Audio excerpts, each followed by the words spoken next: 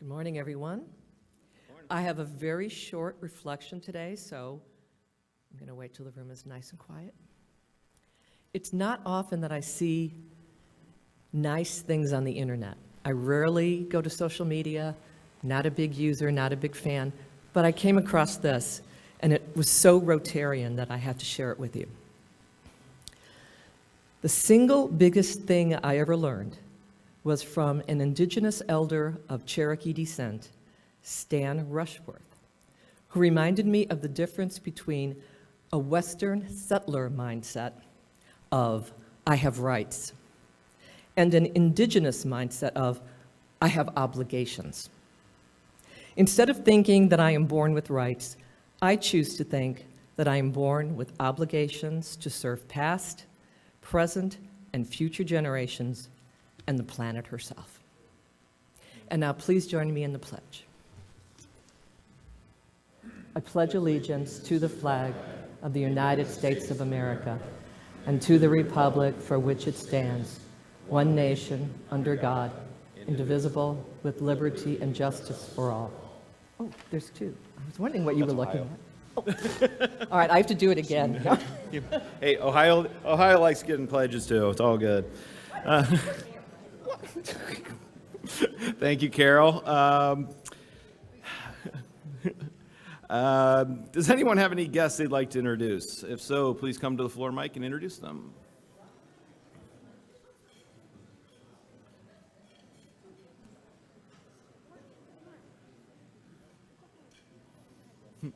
I'm scared. Hi, President Travis. I have with me Morgan Danute, and she's excited to be here. Excellent. Welcome, Morgan.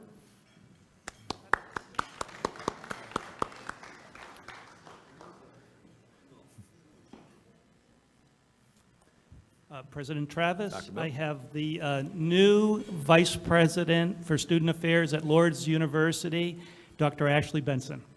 Welcome. Glad you could be with us today.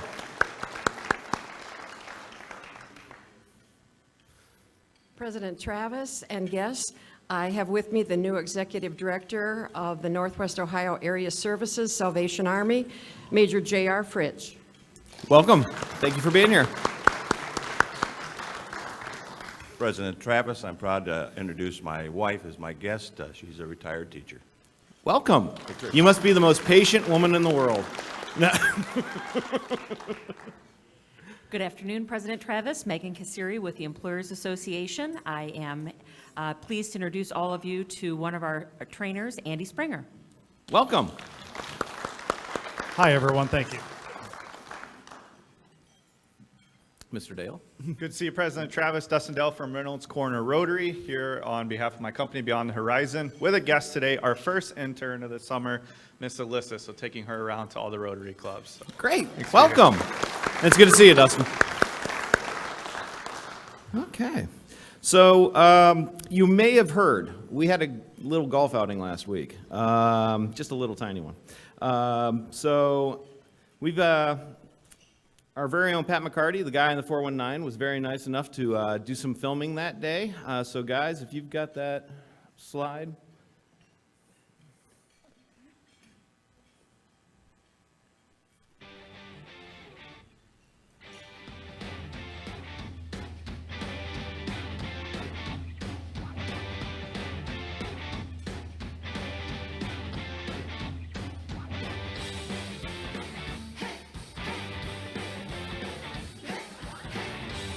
It went in the woods.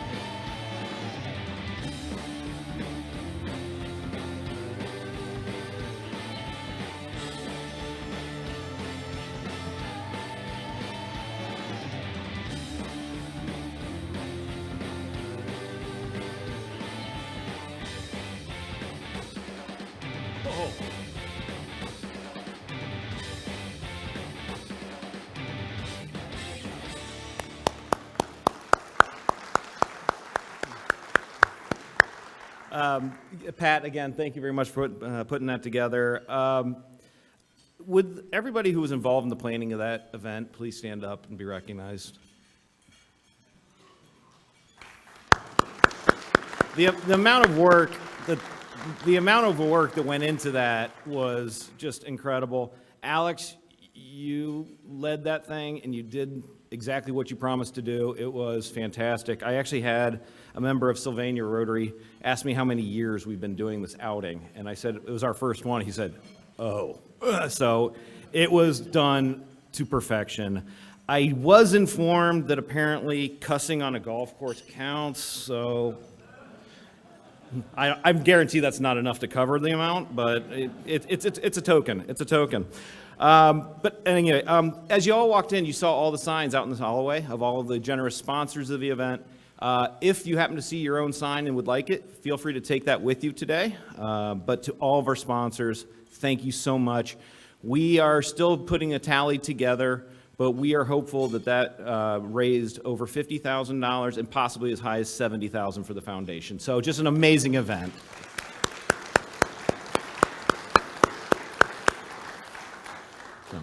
As we move on, I want to thank everybody who helped out on Saturday for the food pack event.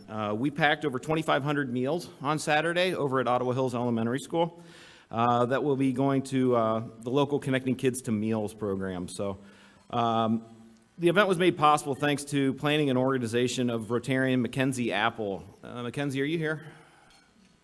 That's too bad. Mackenzie did an outstanding job that day in putting it all together.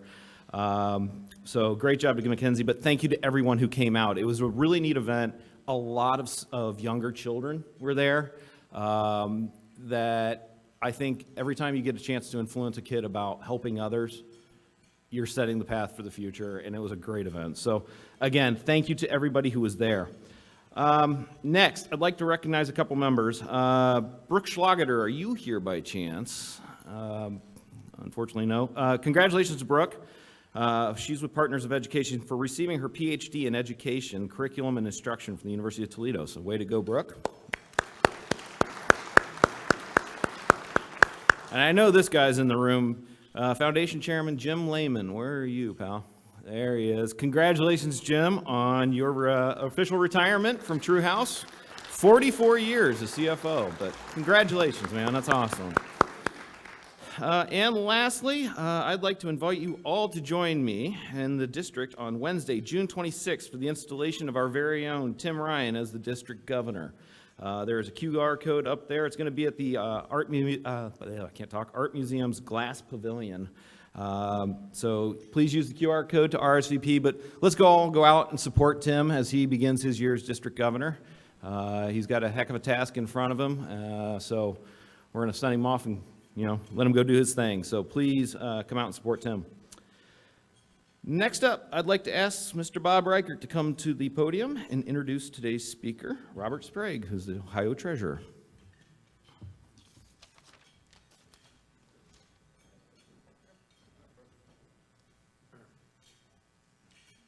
On the way in, somebody asked me if this was Meet Your Elected Official Month, but I guess maybe it is.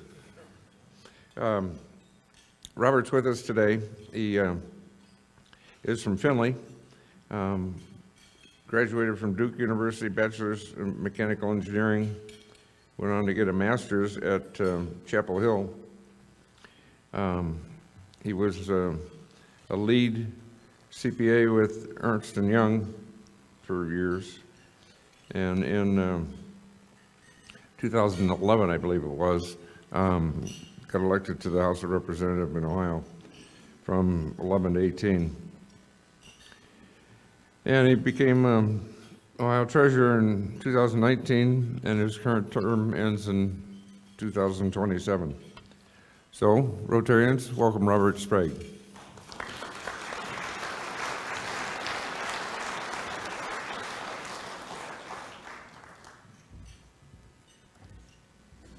Well, thank you very much, Bob. I appreciate being here among friends. I'm from Northwest Ohio, too. I'm from this little town called Findlay, south of here about 45 minutes, where I grew up.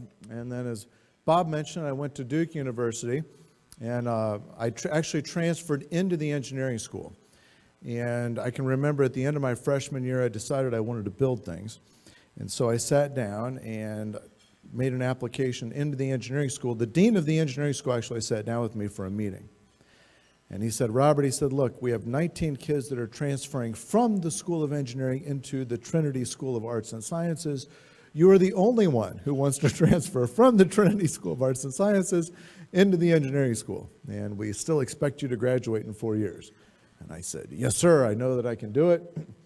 And so I spent a lot of time doing math. And at the end of my time at Duke, a partner from Ernst & Young's Atlanta office comes on the campus. And in the middle of the job interview, he offers me a job. And I said something that I would not recommend to any young person today, but I said, look, I said, I don't know why you want me. I'm an engineer. And he said, Robert, he said, Duke's been teaching you how to solve complex engineering problems. I just want you to come and work with me down in Atlanta and come solve complex business problems. And then I said the second smartest thing in the job interview. I said, I don't know anything about business, sir. And he said, that's okay, I'm going to teach you. And so I went down to Atlanta, worked kind of in broad areas while I was working for Ernst & Young, and I ended up over in Hong Kong and Singapore eventually, leading a project over there. Has anybody ever been to Hong Kong or Singapore? Anybody worked over there? Great food, terrific people, are very, very nice. I can tell you the thing that I remember most about being in Singapore was I was in charge of a project that went live on January the 1st. And things evidently were not going well for my project because it was December the 31st, and we were about to usher in the new year, and we were still at the office. And I can remember being at the top of this high-rise in Singapore, looking down on the fireworks for the Chinese New Year, and feeling very alone. And at that point, I thought, I don't know if I want the rest of my life to be dedicated to solving problems for big businesses and strategic issues for large corporations. I think I want to go back to my community and try to make a difference there with whatever little ability that God has given me. And so I ended up getting my MBA from the University of North Carolina and eventually ended back here in Northwest Ohio, where I live with my wife Amanda and our 5 children down in Findlay. I tell people all the time, I say, it's a little bit unusual nowadays to have 5 children. In fact, it's unusual to have a big family. It's a little bit like having a waterbed. It used to be that everybody had one, but now they're just weird. So you're welcome to come down to Findlay, enjoy some Dietz's. Where's Guy in the 419? I love that video. Where is he? There, oh, sorry, you're right in front of the light. But I love the video. Wasn't the video great? Let's give him a round of applause. It was terrific. So you're all invited down for Dietz's and for Wilson's, which is where Dave Thomas stole the idea from Wendy. So, we're just putting that out there. But I came to talk with you a little bit today about the Treasurer's Office and some of the programs that we have recently launched. We believe that how you pay for things matters. And one of the things that we believe it's hard to pay for nowadays is if you would like to own a home in the state of Ohio. Have you taken a look at some of the home prices, both here in Northwest Ohio and around our state? If you have, our comms team has actually discovered that you would have to earn 50% more money to afford this same size house now as you could afford before COVID. Think about that for a second. It's kind of an unbelievable additional amount of money, which just goes to show you how expensive it is to try to buy a house here in the state of Ohio. And both young people and old are struggling to be able to afford a house. The construction costs have increased. We know that there's a lot of inflation, plus the interest rates have gone up, and all that is combined to make home buying very, very difficult in the Buckeye State.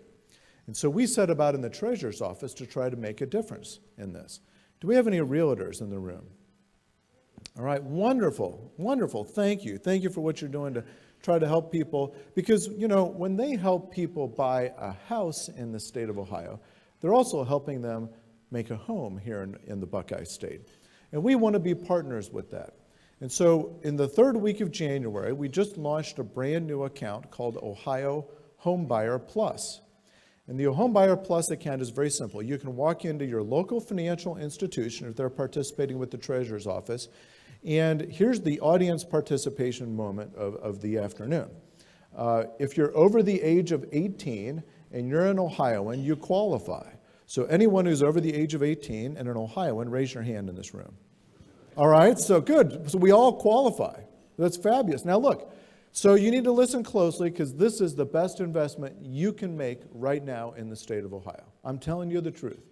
All right, so you can put as little as $100 into one of these accounts or as much as $100,000 into one of these accounts.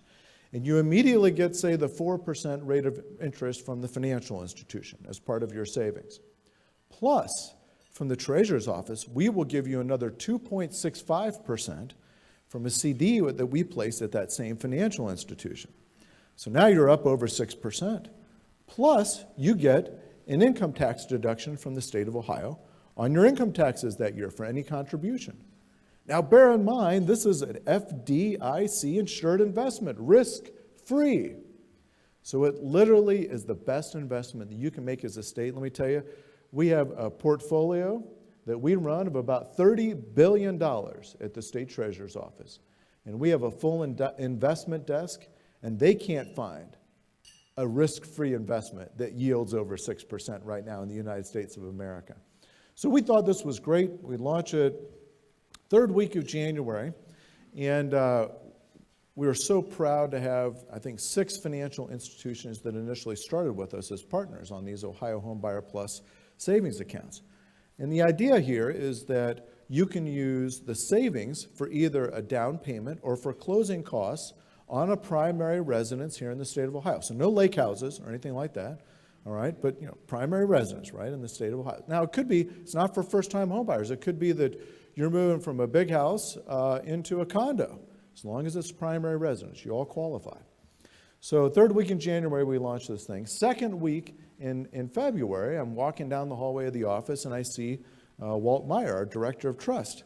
I said, you know, hey, Walt, I said, how are we doing on the Ohio Homebuyer Plus savings accounts? He said, oh, we're doing pretty well, sir. Now, look, when we initially tried to design this account, we called Iowa, we called a couple of other states, and we asked them, because they had these accounts set up for like 10 years for new home buyers. And we said, how many accounts do you have? They said, oh, well, we've got 300 over the lifetime of the program of people that have opened up accounts. So I'm sitting with Walt, and I said, Walt, how are we doing? He said, oh, good, sir. He said, we have 50. I said, 50 is not bad. Like, we just opened up the program 2 weeks ago. The word's still getting out. He said, oh, no, sir. He said, we've had 50 today. Oh, okay. Oh, well, that's good, Walt. Have we built this thing to scale? Are we going to be? He said, oh, yes, sir. He said, you know, we've done all the work. It's highly automated. People just come on the website. They sign up. I'm proud to announce that this week we have over 7,000 of these accounts now open in the state of Ohio to try to help Ohioans. So it is a testament to our team. Many of our members of our team are here. Laura, raise your hand. Our press secretary, Pat McCauley, our regional. Alex Montgomery, my aide. And we have a great team, and they have worked very, very hard in this project, and we are very, very proud of what we are doing to try to help Ohioans save for a home and be able to buy a home. And because we know that if you buy a home in the state of Ohio, you have invested in our state. Now I want to turn your attention just very briefly, because I was reading, Travis, through some of the facts about Toledo Rotary. And I can't tell you how impressed I am with the leadership that you provide in the community and the type of things that you support. And it's my understanding that one of the things you do, and correct me if I'm wrong, but you support kids in pre-K, is that right?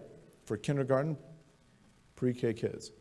And I wanted to share with you, one of the things that we did, and I know that you raised money at the golf outing, and now you're putting it toward some of these initiatives and these philanthropic efforts. And we wanted to create a program in the Treasurer's Office where we will be able to have partnerships with philanthropic organizations like yours to create pilot projects in the community. And if they worked, then we would essentially buy them back for the state, and we would reimburse you as the philanthropic organization, because that program worked and it was trying to help people in the state of Ohio. Now, we're only paying for the things that actually produce results, and so we called it Results Ohio. And so the idea is that philanthropic organizations can fund these pilot programs with private dollars. Then you run the programs over a couple-year period. We measure the results. We all have agreed what success looks like up front. And if success is achieved of that pilot program, then the state buys that project back. Essentially, we pay for it, but only after it's proven to produce results. So, I know that you're interested in helping kids around the state, and I wanted to tell you about our very first Results Ohio project that we funded, because a lot of the kids in Appalachia, Ohio, don't ever get doctor's appointments because there's not a lot of physicians, and they don't always get eye exams. Anybody here from a county in Appalachia, Ohio? No? Well, we went down and we went to Vinton Middle School in Vinton County. And I got hustled in to see our first Results Ohio project, which attempted to close that medical gap for kids that never got eye exams by, instead of bringing the child to the doctor, it brought the doctor to that child through a mobile clinic. And so essentially these kids got on the back of the bus. The bus was outfitted with all sorts of optometric examination equipment and an optometrist and a nurse. And by the time they got off, they had the eye exam. They knew what kind of glasses they needed. And so my job is, my staff whisked me into Vinton County and said, Robert, here, there's a bunch of fifth graders getting off the bus. They've just had their eye exam. Why don't you help this little fifth grade girl pick out some eyeglasses? Now, I told you we have 5 children, right? So we have 4 boys, and then we have a little girl. And Mary Hannah runs the place. I don't know how that works or why that is, but she runs the place. And she's also in 5th grade. So I'm thinking to myself, hey, I got this. No worries, I can do this, right? Dad to the rescue. All right, so I tell the little girl, 5th grader, to come over, and we go before a table about as big as this, and it has all kinds of eyeglass choices. And I know that she's probably going to like pink and purple. So I go down to the pink and purple aisle of the eyeglasses or whatnot, and she comes and she tries a couple on, and it's not cutting it, all right? And she's trying to figure out how to tell the treasurer of the state of Ohio that no, she does not want pink and purple eyeglasses. And so we eventually kind of migrate down the table, and she goes down and she picks out these amazing kind of bright blue streaked eyeglasses that have black in them. Nothing I would have ever picked out for her, but she puts these on and looks at herself in the mirror and grins from ear to ear. She loves the way that she looks in these eyeglasses. And she puts them back and she turns away. And as she leaves, the optometrist grabs my sleeve. And he said, Robert, he said, I want to tell you something. I don't think she's ever had an eye exam in her life. And I said, well, how can you tell that? By giving her an eye exam. He said, I can tell that by giving her an eye exam because she really can't see out of her right eye. She has astigma. And she's in 5th grade. And any optometrist that would have seen her by now would have given her eyeglasses to wear in school. And I thought, my daughter's in 5th grade. I can't imagine her growing up not being able to see. And think of what a difference that made in this little girl's life as she went forward. So how you pay for things matters. We weren't going to pay unless the optometrist gave the exam and the eyeglasses were delivered to that little girl. We had over 3,900 students that went through this pilot program. Of all those kids that went through the pilot program, over 95% of them that were identified by the school nurse as needing an eye exam got an eye exam in that mobile clinic. And 100% of the kids that needed eyeglasses received those eyeglasses 2 weeks later. So how you pay for things matter, and I'm so pleased that you're paying to help kids here in the Toledo area. So with that, I've kind of concluded my remarks a little bit about the Treasurer's Office. I'm happy to make your eyes roll into the back of your head and talk about the investments or the interest rates or the debits and credits that are involved with our $30 billion portfolio or our $20 billion local government investment pool or the $300 billion that we manage in custodian accounts for the pension systems or anything else that our office does. But with that, I'd like to conclude, and if you have time for questions, I'm happy to take some. Thank you. 2 minutes? 25 minutes. All right, very good. Well, Travis says we have plenty of time, which I'm a little bit afraid of. So all the hard questions are going to have to go to my staff here. But well, all right, welcome. This is going to be easy questions. So first, I'm going to start with a compliment. Thank you so much for being caring and for information you deliver to us. Especially, it's touching to know how your own daughter benefited from the program that you're involved with. We appreciate your enthusiasm very much. I'm Alana Machenko with Toledo Helps Ukraine, and my question is about the bank initiative, and I apologize, I forgot the name of that program. Ohio Homebuyer Plus. Wonderful. That was not a question. Okay. I know that Buckeye State Bank, that has an office in Petersburg, they are part of this initiative, and they were advertising it very hardcore, and it was wonderful. I know all of our neighbors participated. However, now they say that there's a line, sign-up line, and there's no spots available. When the program will be available for someone who did not have time to sign up? Thank you. Yeah, sure, absolutely. Thank you so very much for the question. I'll tell you, you can still open up accounts at Buckeye Bank or any of the other banks that are participating. It's simply that we've reached our threshold, for instance, with Buckeye State Bank of $100 million that we've already deposited at that financial institution. But there's no reason why they can't offer those accounts or open up more accounts for individuals at the financial institution. Yes, sir. David Silvis with Danbury Realty. First of all, I cannot speak more highly of this program. In the world of real estate and world of home buyers right now, it's rather uncertain, especially with the Department of Justice looming deadline when it comes to the commission rates and other things that are going on. Even our president said that by having these commission rates more negotiable than they are, there's some misconception that it's with doing 6% or certain percentages, that this will now open the doors to having the home buying process easier, more affordable for low income buyers and minority buyers. And I've seen the polar opposite. It is hurting our minority consumers, our minority buyers, and our first time low income home buyers. Because at this point, if a seller decides not to offer any commission, then that buyer needs to come up with that commission, and they may or may not wrap it up into a loan. And with the VA right now, it's who knows what's going on. There needs to be legislation passed. So I've been using this as an alternative where these people are now getting kicked to the curb, but this is a saving grace for them in this state, that this program is available. I've actually had 4 people that have got enrolled in this program that put large amounts down, and this is actually helping them in that process. So I want to say an amazing job with you and the team and what the state of Ohio is doing.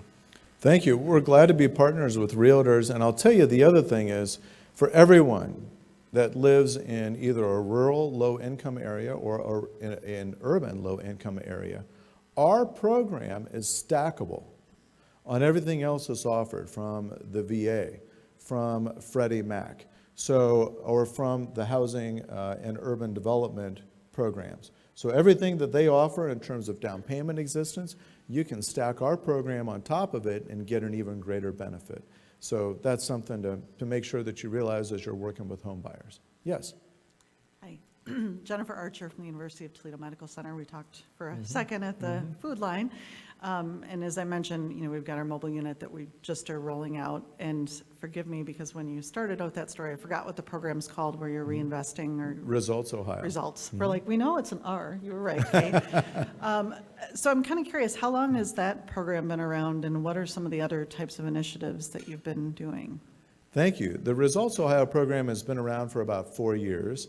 And in order for us to get a project off the ground, we have to have the General Assembly give us an appropriation. So they have to allocate money out so that money is there for the project partner when the project is successfully completed.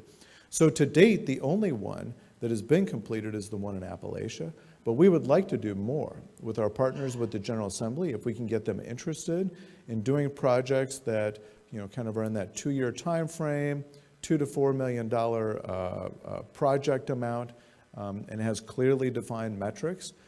And quite frankly, we get some applications that look very, very good that we would like the General Assembly to consider setting aside some money for another program.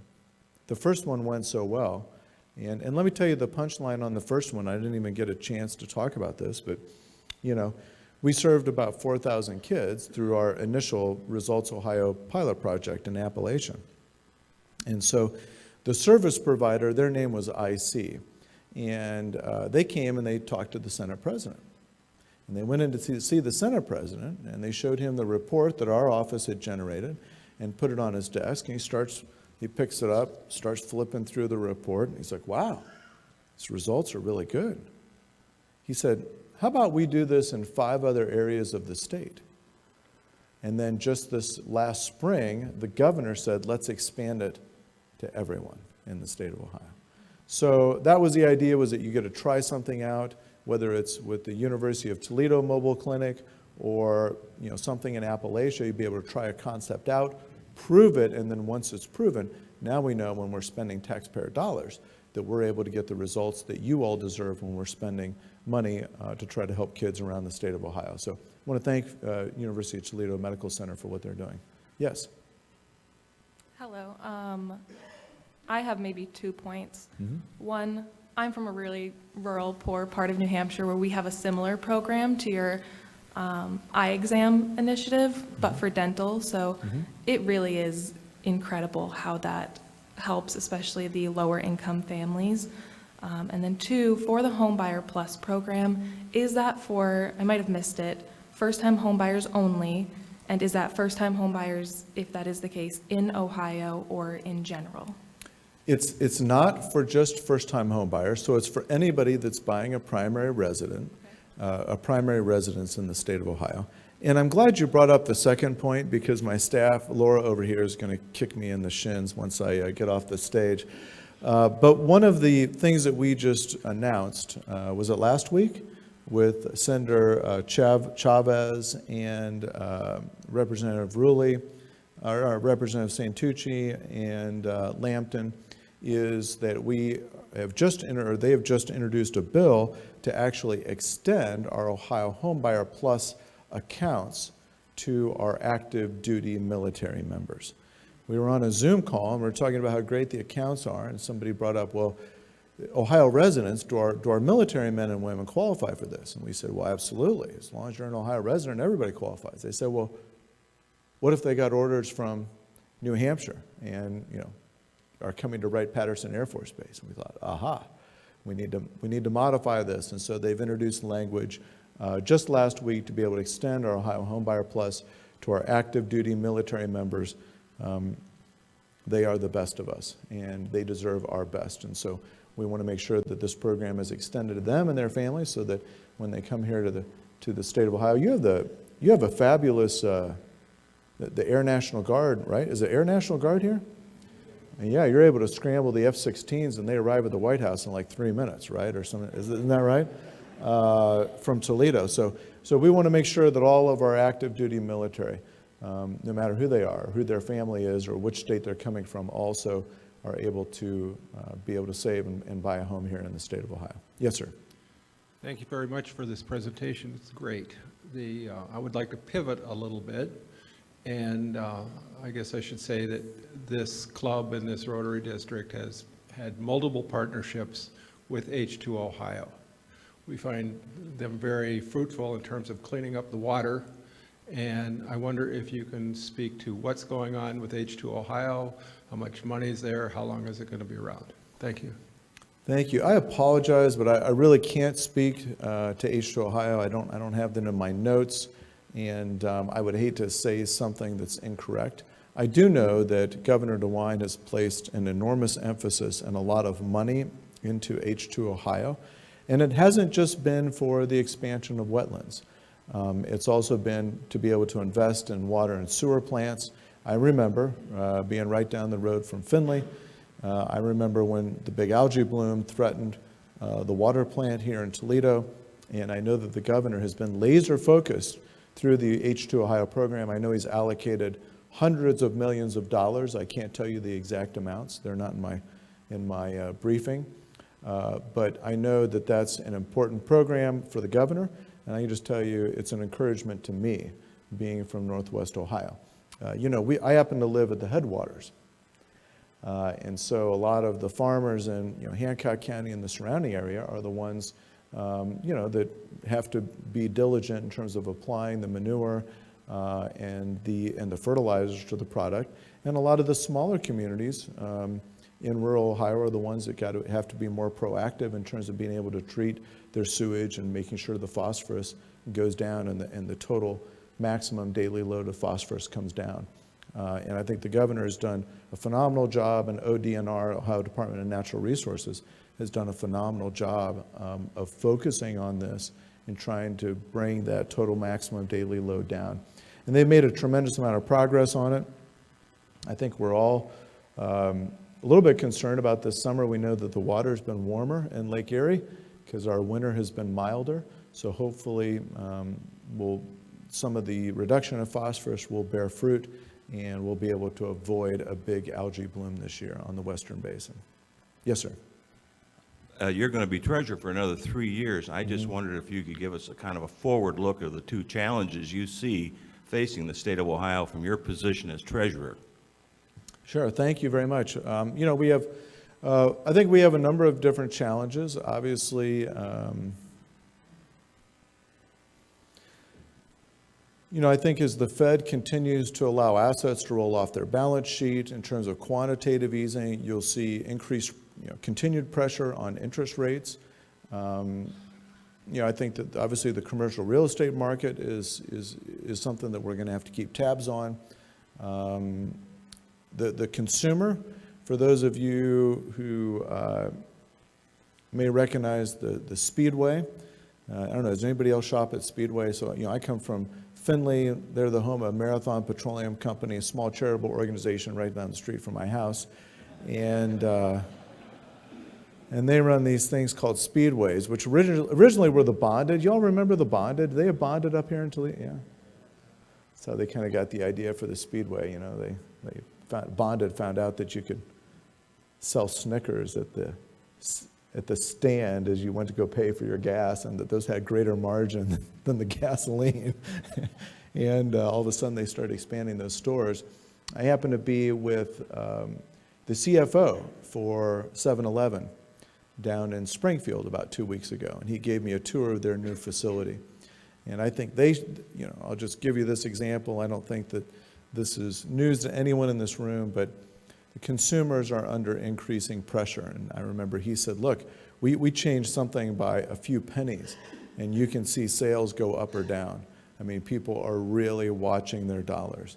And that's no surprise to any of us. I mean, we love Kroger's, and we shop at the Kroger's, as my wife says, in kind of tongue-in-cheek. We love Kroger, but we're starting to shop more and more at Aldi because we have 5 kids, and I mean, we're just having to watch. We're having to watch our budget as a family of 7. Plus, I've got a couple kids in college. That's not helping either.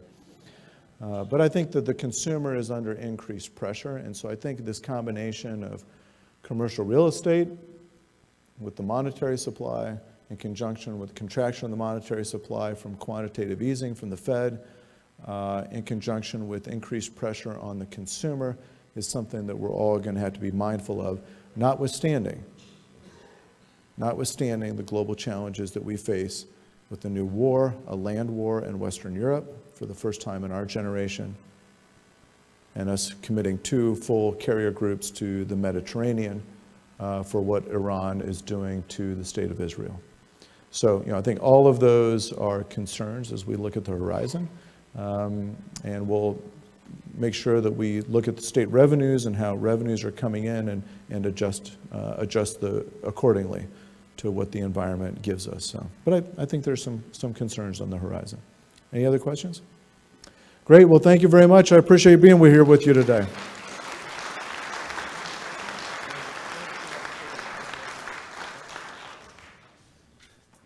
Mr. Treasurer, thank you very much for being here. That was a fantastic presentation. As a sign of our appreciation, I'd like to offer you a copy of Historical Tales of Toledo, which was authored by our past president, Clint Mock. And we'll also be making a donation in your name to the Polio Plus campaign to eradicate polio from the world. Great. So thank you very much. Thank you. Okay. Next week, we will be back here at the Glass City Center again. We will be joined by Aaron Thompson with updates on Social Security. So that should be another interesting topic. We have 3 meetings this afternoon. We have the Foundation Trustees meeting in Summit A, Youth Services in Summit C, and Membership Committee will be meeting in Summit D. We finished up with about 15 minutes to go, so feel free to hang out at your tables or mingle about and just have some fun. But other than that, go out in the world, create some hope, make an impact, go enjoy this beautiful weather, have a great week. We're adjourned.